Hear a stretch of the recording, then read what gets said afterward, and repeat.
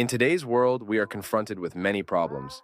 Everyone wants to be the best, everyone wants to be the smartest, the richest, the most beautiful, the strongest, the fastest. Stop. I know there's a lot going on in your life right now, and you don't want to disappoint anyone, neither yourself nor your family or your friends. But how about just taking a more relaxed approach and thinking less? In short, how to care less.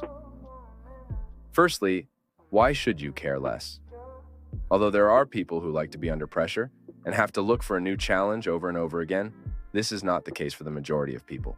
Many worry about not being good enough and ask themselves whether they are what others want them to be. Am I doing the right job?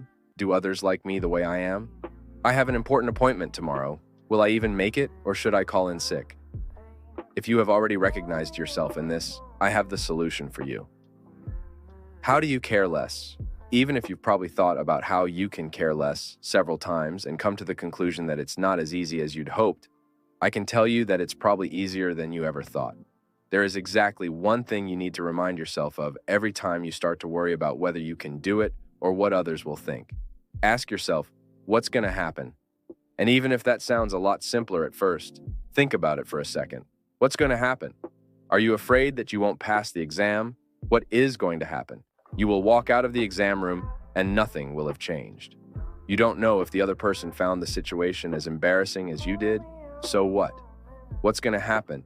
Think about the worst thing that could happen to you, not just in combination with the thing you're worried about, but in general. So what? Is it going to happen? I can tell you 99% of the time, no. For that reason, you can almost always say, so what? Because you won't care the moment it's behind you. However, if you can answer yes to this question, and this thing is very life-changing, this is not the time to care less about it. This is how you can care less about things that you can influence yourself. Caring less about things you can't influence is even easier. There's nothing I can do about it anyway.